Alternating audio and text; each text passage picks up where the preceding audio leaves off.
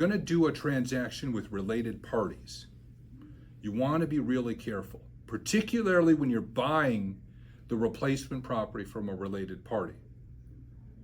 There are some bad cases where, for example, a son bought his replacement property from a mother and the exchange was disqualified.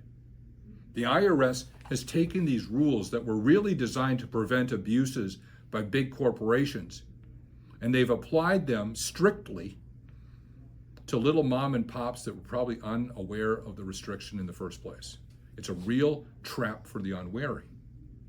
So especially if you're doing a related party transaction, you want to be careful, and particularly if you're buying from a related party on the replacement property.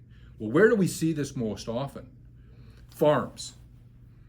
If you're a farmer and you own a 40-acre or an 80-acre tract on the other side of the county, and another parcel becomes available closer in to your home farm, you definitely want to sell the outlier and buy the one that's closer in. And invariably, the farmland that's in close proximity to your home farm may be owned by your sister, your brother, your mother, your father, may be owned by a related party. Well, in that context, the Form 8824 that you report your exchange on, that worksheet, requires you to disclose if you bought from a related party, either directly or indirectly, and then it tries to dissuade you from identifying it and completing the exchange.